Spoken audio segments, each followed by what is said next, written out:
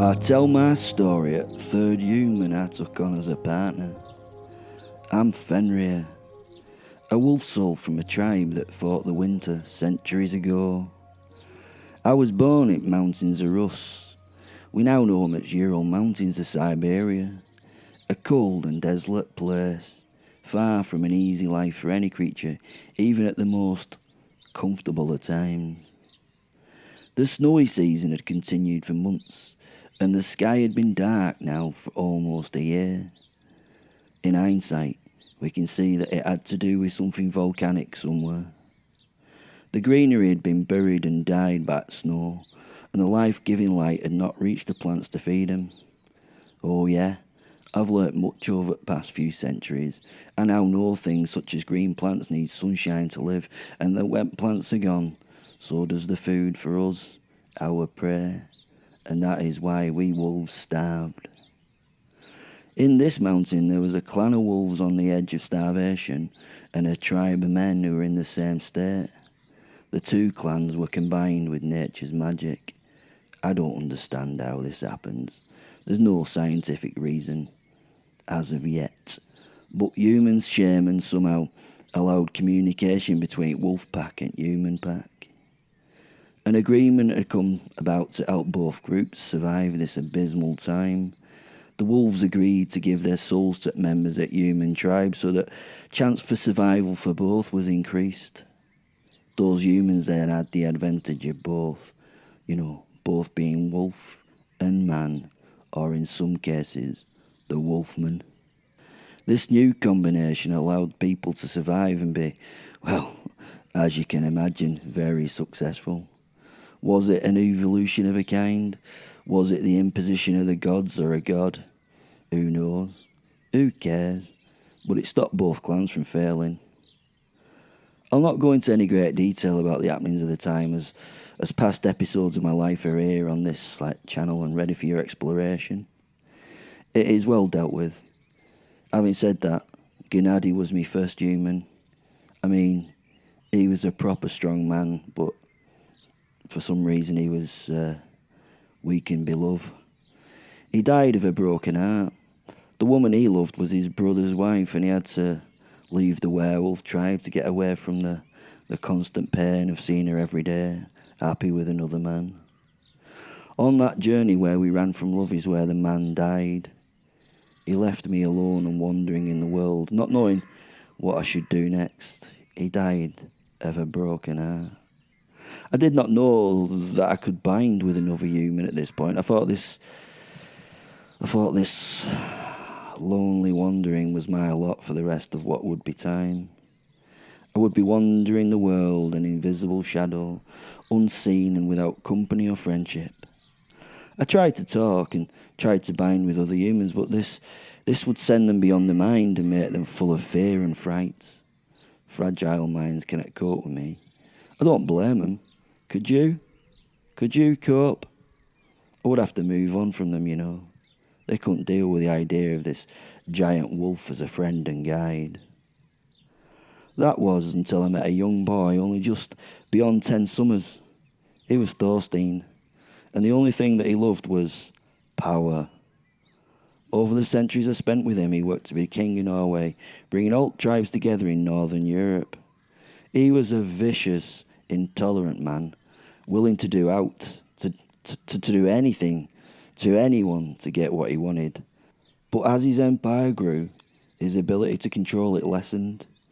He had many working behind the scenes to rob him of his jarldom, and that would be his downfall after several centuries. Maintaining his borders against so many threats and attacks was impossible, and he passed eventually, alone and embittered with all. In the end, he had no friends or supporters. He had used all the people around him to succeed, and they in turn recognised this and would no longer support him. Eventually, he was sent from his tribe into Wild, where he ultimately gave up on life after his ambitions had been quashed. Again, for many decades, maybe centuries, I wandered the earth, trying to find a better host. From now on, I would not be linked to the power hungry. I would not be linked to those who could die from a fucking ruptured heart from love. I would find the man or woman who existed for another reason, for maybe a noble reason. Maybe I needed a good person, a person of ethics and morals, someone who knew the mind. I came up on William when he was about age of 5. His soul was a bright beacon of light in a world of dull creatures. This boy's soul shone with brightness, and a brightness I'd not seen before. The brightness was faith. He believed in a God, the Christian God, and however you looked at him, he was good. The years with him have been good, but he's found his end of his life now. He doesn't enjoy his life anymore. He's become exhausted, and we're winding our way home from London to his home and the loved ones where he wants to die. I'm grieving at this loss already, but I understand it. The times have moved on, and the court is run by liars and cheats, whispering words they are in each other's ears. He trusts no one now but me and his lady. He must go. He's had enough. The time of the man of steel has passed. No longer is the fight at the hands of men's strength and heart. Now it resides in the mouths of effete courtiers, those that can confuse and manipulate with words. Words can be so much more powerful now than armies in the field. This is no world for my William. He is too good a man to understand and live in this new world. This world without fight. He and I are on this final journey's last leg, just the two of us. It will take us many days, but I love the fact that we're together and alone. I mean, he's not really alone. His retainers and retinue are many miles behind us. I think they sense his need for solitude on this journey, and we walk together, side by side, reminiscing on past days and past glories. We spend many hours laughing heartily at shared jests, and God, we enjoy these together. We wander through a wooded landscape that is so unlike today's English countryside.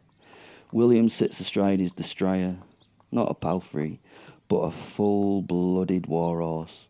A horse that will fight as well as the knight if pushed. They're trained to do so, trained to bite, kick, and stamp on those on the floor. This one is also trained to accept us in all our forms. It's often tough for a prey animal to accept a predator like ourselves walking by it. This here horse is called Bastard. I love the fact it's called Bastard, and do you know what it is? For any other man, apart from William, it's a bastard. Most men wouldn't be on a destrier. Most men would find the comfort in a palfrey. A palfrey is a kind of horse that's not particularly wild or dangerous. It's comfortable and it lets you travel in comfort. But not our William. He's no ordinary man. He's no man for a palfrey. He enjoys the fact that the bastard is wild, dangerous and difficult to settle. A killer with a killer on a killer.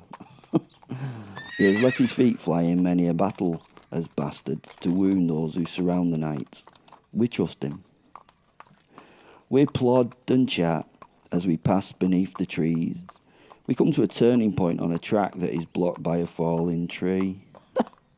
William stops at a point 500 yards away from that tree, and I do what I've done 100, probably 500 times before. I go unseen to check on what the problem is. This has meant that in many a battle and many a tourney, William has had much more information that has turned the tide just from my ability to transmit what I see with my eyes into his. I get to the tree, but already with my eyes see that it is a barricade to the way, and men are hiding in bushes and holes ready to leap out and capture this stupid lone knight. A man so expensively covered will be hostaged and ransomed like no other. None recognise his sigil, which is a shock. They must be Very uneducated men if they don't recognise William's sigil. His fame goes far, even beyond this lone continent. Well, well, my friend. A last moment of the fight before we arrive home. I do love banditry so. Foolish men, pretending strength against those of us that are truly strong. Flashes into me head from William. Would you rather return to your retinue, William? I ask. I already know the answer. He's never been one to assuage a fight. I think not, my friend. I am here now, and God has set this task for me, and to be honest, I thank him for it, I do. To wet my blade once more will be a great joy before I pass. There are only 5 of them against us two. What chance do they have? God, I love him. I smirked. I mean, I know it's difficult to think about it, but wolf souls can do that.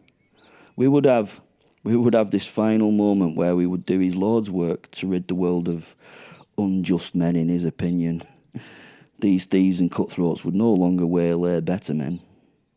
William started to ride wearily up towards the tree. His helm was at his hip and his shield slung upon his pommel. Otherwise, he was armoured for the fight. And he must have been, well, he was an absolute awe-inspiring sight as he rode up to the thieves with a smile beaming across his face. At 100 yards he reined his horse in and it snickered as it came to a stop. It could smell the hidden men and it tossed its head angrily. It wanted to fight them too. Please go see them for me, Fenrir, asked the knight in me head. So I wandered back to the sight of hiding men. We now watched them through my eyes to see who was leader and who was follower. One man stood out, a large brute of a man. His face was scarred and his stare was cruel, but he seemed uncomfortable at the fact the knight had stopped where he had. He was just out of an easy range to be a target for the bowman he had too. It was as though he knew it was a trap, which he did. William ain't stupid. The man considered if he was making a mistake at this point, which in hindsight, if he could have had any after this, he probably would have realised was true. Come out, for God's sake, you fools! Shouted William, and I laughed. You there, you with that scar on your cheek, you, the leader of these blackguards. Show yourself, will you, or apologise for this imposition, and I might consider letting you live through this day, he said sort of wearily, although I knew he was excited. We, through my eyes, could see the confusion on the big man's face now. He gently touched the scar on his cheek. The mind in that brutish head was not that of a dullard. I could see him consider how the knight knew this. How on earth? Maybe this man's fame as a thief had spread far and wide already. The man had too much pride. A sin that would be the end of him in this case. Whispers escaped the lips of the insecure men. They were shocked and ill at ease because of the knight's words. The big man, the big boss, waved them down and back into cover and silence with an evil look. Look, you unfair foul fools. Remove the sad barricade that this horse could easily take in its stride and be on your way, will you? Or I will have to kill you or capture you for trial. I don't mind which you choose, but you may wish to have a longer life than that which your choice will bring you this day, should you choose to stand and face me. The knight again shouted. The archer slowly knocked an arrow to his bow and started to stretch the string towards his ear. You, green-hooded archer that you are, you release that shaft at me, and I tell you, I will make that bow part of you in a most unceremonious way, my friend. If you survive, and I doubt you will be a thing of ridicule by all men for being shafted by this here knight. The archer let the string slacken while I could see how run through his mind. The knight and I laughed as we watched this man's confusion. The knight's jolly reaction made the bandits even more uncomfortable. Well done, my friend. A good choice you have made this day. The hunting edge you have on that dart would not pierce this armour at that range anyway. I suppose you may have hurt my horse, but that would be the most hurt you could do, And I promise you, if you did, your death as a result would not be short or pain-free or kinsman to any measure of mercy. The men started to look around themselves. Were they surrounded? Were they trapped? How could this man see them? What was going on? Fear. That joyous thing I love to give. Fear now took them. Were armoured men behind them in the woodland all ready to attack? Oh. The large bossman spoke quietly. It is some sort of trick. There is no one here. Harry, go check around and come back with some good news, mate. Harry then disappeared into bushes and trees. I heard this, as did William, and in order not to quell the fear, the knight shouted after Harry. Harry, I would run, my friend. Take refuge in the deep woods, I would. If you return, you will die by my blade too. At this point, he drew his sword and deftly circled it with his wrist. The watching men saw a man who knew how to use his steel. Things were not getting better. The leader could feel the fear that was taking over his men's hearts. He had to do something to stop that. He stepped from his hiding place. He had in his hand an old battered chipped sword, and he wore no armour, just brown, unkempt clothing, and he wandered to the middle of the road to be seen by the lone lord on his horse. Ah, you must be the noble leader of this band. May I inquire about your name, please? I like to know the name of those that oppose me, I do. As you carry no sigil, I deem that you are no knight. Although a knight fallen upon his hardest of times would not issue a stench like you do yourself. He smiled and laughed. He showed no fear. No fear. William never had any. And this lack of it was very disconcerting for thieves. The bandit boss leant over his large sword and smiled. My name is William Carter, my lord, but I no longer bend my knee to folk of your ilk, he said, spitting at the end of the sentence. William laughed. I don't expect you to bend the knee to me. We share a name, but I do expect you to die on this here blade of mine if that is your wish, William Carter. Hey mate, there are many of us here. You're on your fucking own. We could have you off that horse and dead in bushes before you even knew it. 20 against 1 is difficult odds, even for a knight. The big man said. The big man lying.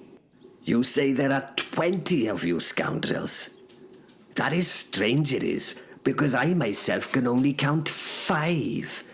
That's if you count the boy over there as a man. He has no hair on his chin, and he's only seen 12 winters, in my humble opinion. A liar you are, as well as a thief, it seems. Even Horse whinnied and seemed to be laughing at the man at this point. Look, you fucking dipshit, get off your fucking horse. Leave your armour where it is and walk away before we fucking murder you. Simple.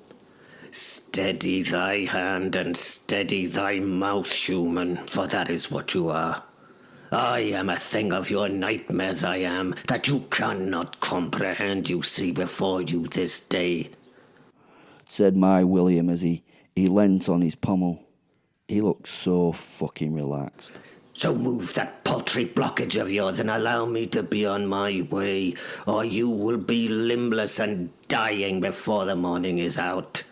And that is a short time, as the sun is already near its zenith, William said as he went to shield his eyes and looked at the sun through the leafy roof above.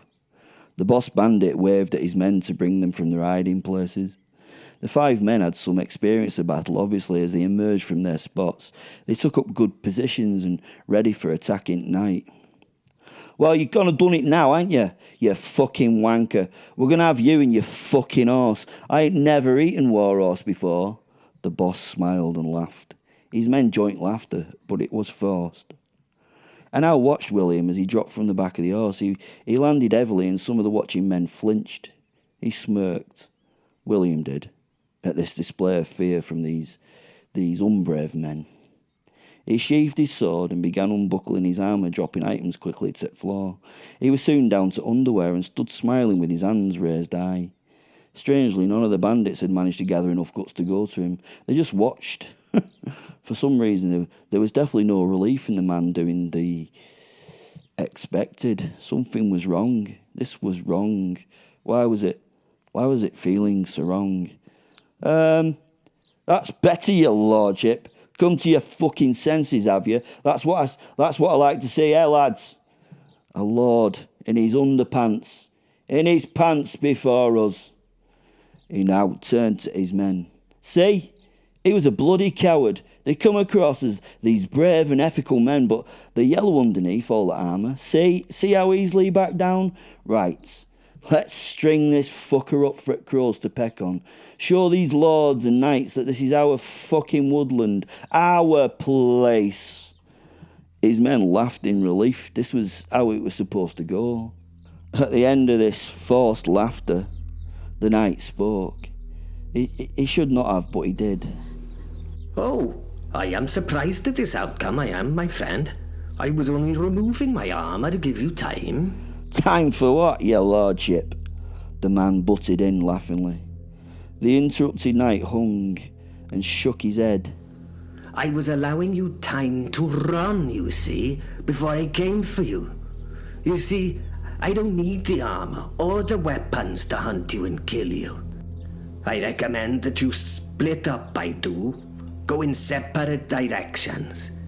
That way, there is a chance that maybe one of you will survive this wretched morn and live to tell the tale. But if you insist on standing together, slaughter you as one I will. And I tell you, that will be less fun for me. He told the man, and the man was silenced for a moment by the confidence the knight exuded. William then asked me to enter his body, and we took on the form of our wolfman. We're 8 feet tall and thickly muscled, with a pelt so dark that it sucked the sunlight from the sky. A huge wolverine head and a mouthful of barbs to kill and rend with. Eyes of fire flashed into the shadows of the trees.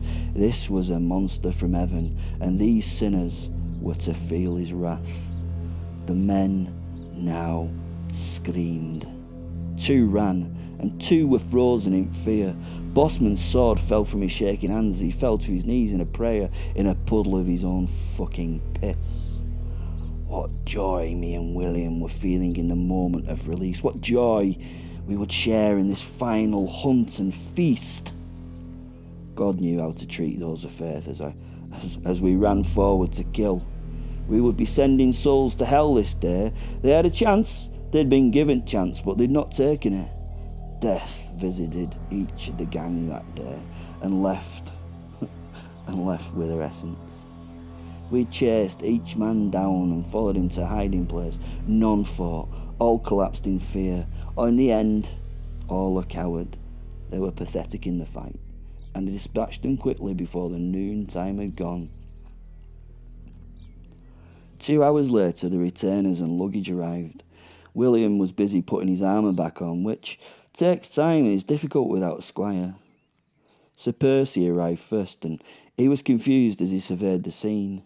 At the side of the road was a pile of red and freshly flensed flesh.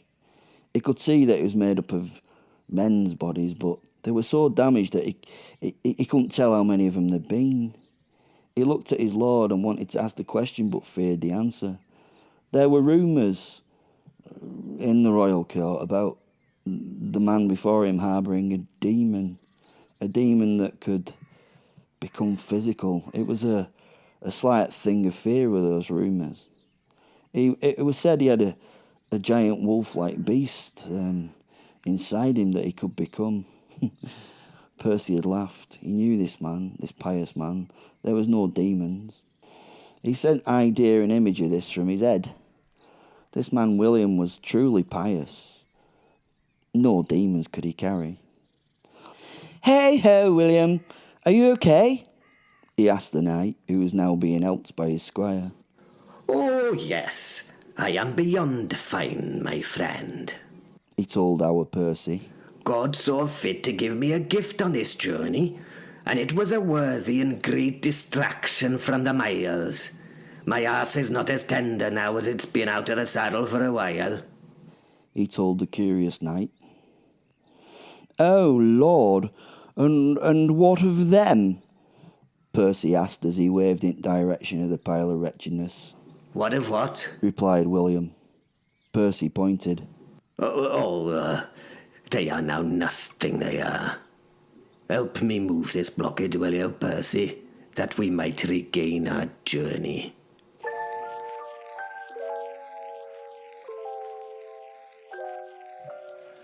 Well, that's part 2 of our series, episode 162 of Werewolf the podcast. Oh, that's a lot of episodes. If you go down to the description, you can sort of see us in all the social media stuff if that's your thing.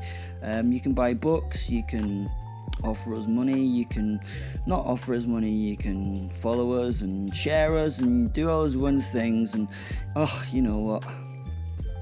We love you. Bye.